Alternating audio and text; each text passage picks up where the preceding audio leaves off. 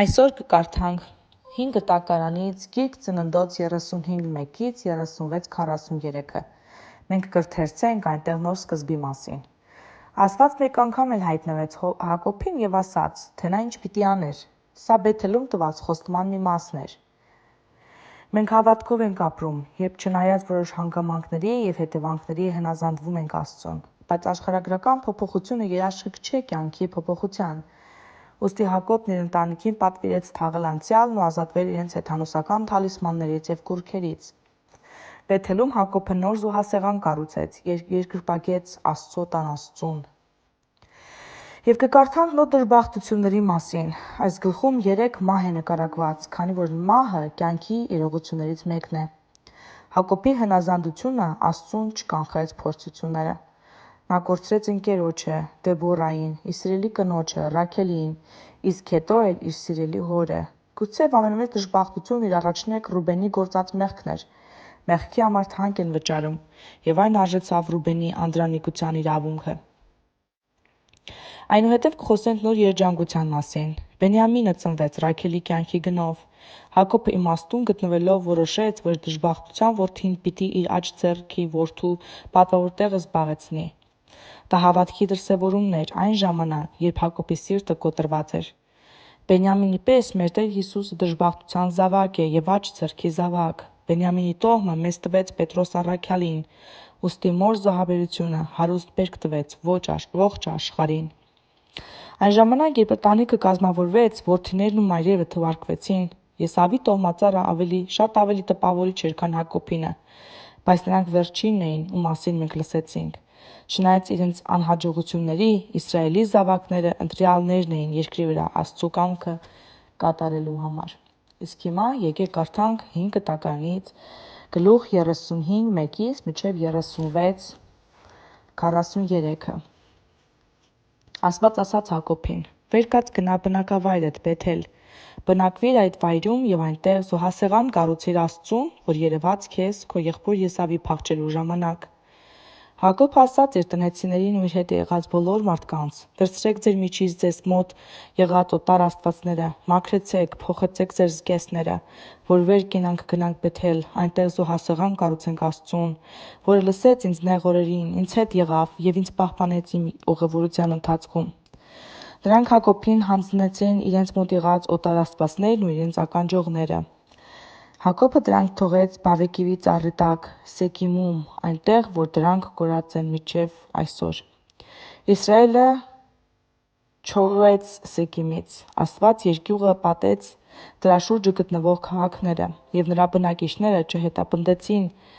Իսրայելի որդիներին։ Հակոբը ինքը և իր հետ եղած ողջ ժողովուրդը եկան Լուզ, այսինքն Բեթել, որը գտնվում է քանանացիների երկրում։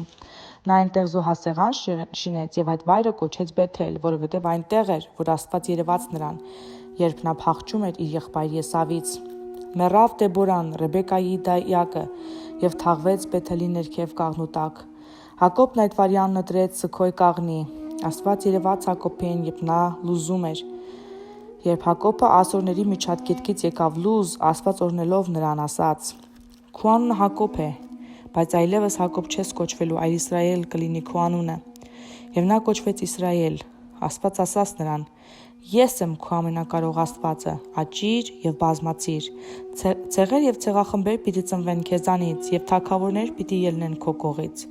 Այն երկիրը, որ տվել եմ Աբրահամին և Իսահակին, քեզ եմ տալու, քոնը թող լինի, քեզնից հետո քո սերնդին եմ տալու այդ երկիրը»։ Եվ Աստված վերացավ նրանցից այն վայրից, որտեղ խոսել էր նրանց հետ, իսկ Հակոբը կոթող կանգնեցրեց այդ տեղում, որտեղ խոսել էր նրա հետ, քարե կոթող, նրա վրա գինի թափեց, յուղով օծեց կոթողը, և այն տեղը, որտեղ Աստված խոսել էր իր հետ, կոչեց Բեթել։ Նա գնաց Բեթելից, և երբ մոտեցավ Քաբրաթա երկրին, որ մտնի Եփրաթա, Ռաքելը ծննդաբերեց։ Նրա ծննդաբերությունը դժվարին եղավ, և երկունքի ժամանակ մանկաբարձն ասաց նրան. «Արիացիր, որովհետև էլի տղա ես ունենում»։ Հոգին ավանդելիս, քանի որ մեռնում էր, նրա անունը դրեց իր վշտերի որդի, իսկ հայրը նրան կոչվեց Բենյամին։ Մեռավ Ռաքելն ու թաղվեց Եփրաթայի նույն ինքը Բեթղեհեմի ճանապարհի վրա։ Հակոբը նրա շիրիմի վրա կոթող կանգնեցրեց։ Դա մինչև այսօր էլ հայտնի է բռև Ռաքելի շիրմի կոթող։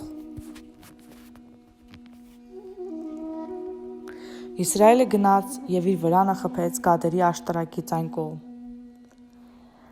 Երբ Իսրայելը բնակվեց այդ երկրում, Ռուբենը գնաց և պառկեց իր հոր հարճի Բալայի հետ։ Իսրայելն իմացավ և այդ բանը վատ թվաց նրան։ Հակոբն ուներ 12 որդի, Լիայի ծնված որդիներն էին Հակոբի անդրանիկ որդին Ռուբենը, Շմավոնը, Ղևին, Հուդան, Իսաքարը, Զաբուղոնը։ Ռաքելի ծնված որդիներն էին Հովսեփն ու Բենյամինը։ Ռաքելի նաջիստ Բալայի ծնված որդիներն էին Դանն ու Նեթղայիմը։ Լիայի նաջիստ Զիլփայի ծնված որդիներն էին Գադն ու Ասերը։ Ահա սրանք են Հակոբի որդիները, որ նա ունեցավ Օսորիների միջագետքում։ Հակոբը եկավ իր հայր Իսահակի մոտ Մամբրեի կողմերում դաշտային մի քաղաք, այսինքն Քեբրոն, որ գտնվում էր քանանացիների երկրում, ուր պանդխտեցին Աբրահամն ու Իսահակը։ Իսահակն ապրեց 180 տարի։ Իսահակի հոգին ավանդվեց ու մեռավ տարիքն առած խոր ծերության մեջ։ Նա գնաց մնացավ իր նախնիներին, նրան թողեցին իր որդիները Եսավն ու Հակոբը։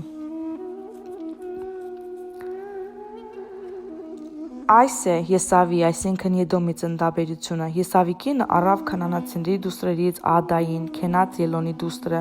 Ուլիբամային, Խևացի Սեբուդոնի որդի Անայի դուստրը, և Բեսեմաթին, Իսրայելի դստերը, որ Նաբեթի քույրն էր։ Ադան Եսավի համար ծնեց Ելիփազին, իսկ Բասեմաթը ծնեց Ռաքուելին, Ուլիբան ծնեց Եոսին, Եզղոմին ու Կորխին։ Սրանք Եսավի այն որդիներն են, որ նա ունեցավ քանանացիների երկրում։ Եսավն առավ իր կանանց տղաներին և աղջիկներին, իր տան բոլոր մարդկանց ողջ ունեցվածքն ու անասունները, և ամենը, ինչ ստացել էր, ձեռք էր բերել քանանացիների երկրում, և հեռացավ իր եղբայր Հակոբի մոտից քանանացիների երկրից, որովհետև նրանց անասուններն այնքան շատ էին, որ պանդխտության երկիրը վիճակի չէր նրանց բարելավելու։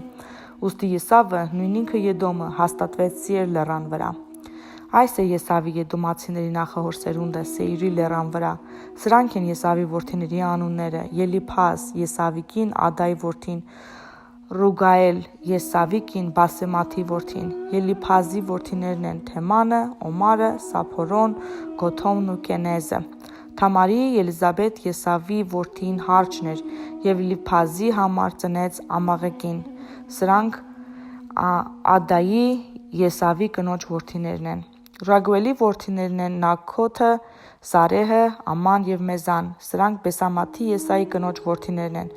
Ուլիբամայի Սեբեգոդոնի որդի Անայի դստերը և Եսավի կնոջ որդիներն են Եուսը, Եղդոմը և Կորխը։ Եսավի ցեղապետը հետևնորդներն են։ Եսավի անդրանիկ որդին Ելիփազի որդիները՝ ցեղապետ Թեմանը, ցեղապետ Օմարը, ցեղապետ Սոփարը, ցեղապետ Կենեզը, ցեղապետ Կորխը, ցեղապետ Գոթոմը, ցեղապետ Ամաղեկը։ Սրանք Ադայից ծնված Ելիփազի ցեղապետերն են Եդոմացիների երկրում։ Եսավի որդին Ռաքուելի որդիներն են ցեղապետ Նաթոքը, ցեղապետ Զարեհը, ցեղապետ Աման, ցեղապետ Մոզեն։ Սրանք Եսավի կին Բասեմաթի ծառվա Ռոքելի ցեղապետներն են Եդոմի երկրումը։ Եսավի կին Օլիբամայի որդիներն են ցեղապետ Եոսը, ցեղապետ Եդղոմը, ցեղապետ Կորխը։ Սրանք Եսավի կին Անայի դուստր Օլիբամայի ծնված ցեղապետերն են։ Սրանք են Եսավի որդիները և սրանք են նրանց ցեղապետերը, Եդոմի որդիները։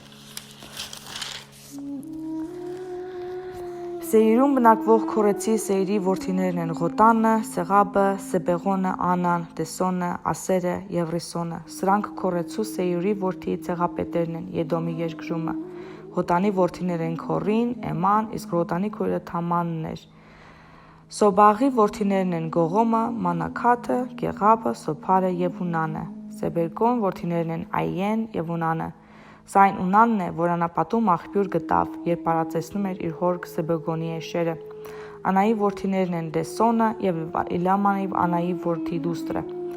Դեսոնի որդիներն են Ամադանը, Եսաբը, Եթրանը և Քարանը։ Ասերի որդիներն են Բալանը, Զուկանը, Ունիսկան և Ուկամը։ Ռիսոնի որդիներն են Ոսը և Արանը։ Քորի ցեղապետերն են ցեղապետ Ղոտանը, ցեղապետ Զուբողը, ցեղապետ Սեբեգոնը, ցեղապետ Անան, ցեղապետ Դեսանը, ցեղապետ Ասերը, ցեղապետ Ռիսոնը, սրանք քորի ցեղապետերն են իրենց գավառներին Եդոմի երկրում։ Սրանք են այն թագավորները, որոնք թագավորեցին Եդոմացիների երկրում, եւ դեռ որևէ թագավոր չէր թագավորում Իսրայելում։ Եդոմումը թագավորեց Սեփորայի որդի Բաղակը։ Դրա քաղաքի անունը Դենեբա էր։ Մերավ Բաղակը նրա փոխարեն թագավորեց Զարե թագավոր Հոբաբը, որը Բոսորայից էր։ Մերավ Հոբաբը եւ նրան փոխարեն թագավորեց Ասոմը, որը Թեմանացիների երկրից էր։ Մերավ Ասոմը եւ նրա փոխարեն թագավորեց Բարադի որդի Ադադը։ Սա էր, որ Մովաբացիների դաշտում կոտորեց Մադիամին։ Նրա քաղաքի անունը Գեթեմ էր։ Մերավ Ադադը եւ նրա փոխարեն թագավորեց Սամաղան Մասեկայից։ Մերավ Սամաղան եւ նրա փոխարեն թագավորեց Սավուղը Ռոբոթին, որ գտնվում էր գետի եզերքին։ Մերավ Սավուղը եւ նրա փոխարեն թագավորեց Օքոբոբի որդի Բալայենոն։ Մերավ Օքեբոբի որդի Բալայենոն եւ նրա փոխարեն թագավորեց Պարադի որդի Ադադը։ Նրա քաղաքի անունը Փոգով էր, իսկ նրա կնոջ անունը Մետաբել։ Սա Մեզոբի որդի Մանրյաթի դուստրն էր։ Սրանք են Եսավի սերունդները։ Եսավի ցեղապետերի անունները ըստ իրենց ցեղերի, ըստ իրենց վայրերի, իրենց աշխարհում եւ ըստ իրենց տոհմերի համաձայն։ Նրանց անունների ցեղապետ Թամանը, ցեղապետ Ղոտանը, ցեղապետ Յոթաթը եւ ցեղապետ Ուլիբամասա, ցեղապետը Հեղա, ցեղապետ Ֆենոն եւ ցեղապետ Կենես, ցեղապետ Թեման, ցեղապետ Մազար, ցեղապետ Մագիդիել, ցեղապետ Զոբայի։ Սրանք Եդոմացիների ցեղապետերն են ըստ երկրում իրենց ստացած բնակավայրերի, եւ այս Եսավն է, որ դարձավ Եդոմի նախահայրը։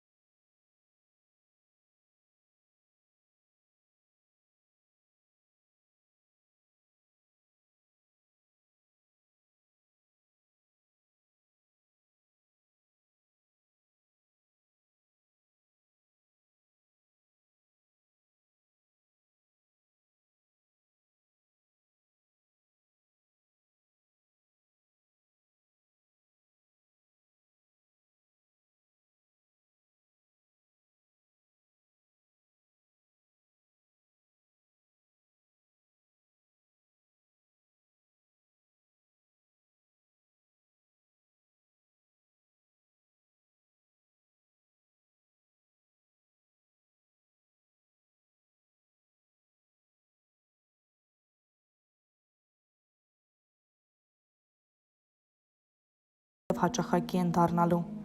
Չեմ մասնակցի նրանց արյունալի հավատքներին եւ նրանց անունը չեմ հիշատակի իմ շրթունքներովը։ Տեր, իմ ժառանգությունն է իմ բաժակի բաժինը, ժառանգությունս դու իմ կրկին ինձ վերադարձրու։ Այժմ եկեք կարդանք Առակ 21-ից 27-ը։ Որդյակ, մի անտեսիր, այլ պահիր իմ խորհուրդներն ու իմաստությունը, որպեսզի ապրի քո հոգին եւ դրանք քո պարանոցի վրա զարդ լինեն, բուժում լինեն մարմնիդ վրա եւ ոսկորներիդ համար դարման, եւ դու ապահով կգնաս քո բոլոր ճանապարհներովը ու ոտքդ չի սայթակի։ Եթե նստես աներկուղ կլինես, եթե քնես քունդ անուշ կլինի, եւ չես երկնչի հանկարծահաս սարսափներից, ոչ էլ ամբարիշտների վերահաս հարձակումներից, որովհետեւ Տերը կլինի քո բոլոր ճանապարհների վրա եւ ոտքդ հաստատուն կպահի, ոչ սայթակես։ Մի հապաղիր կարոտյալին բարություն անել, երբ քո ձեռքը կարող է օգնել նրան։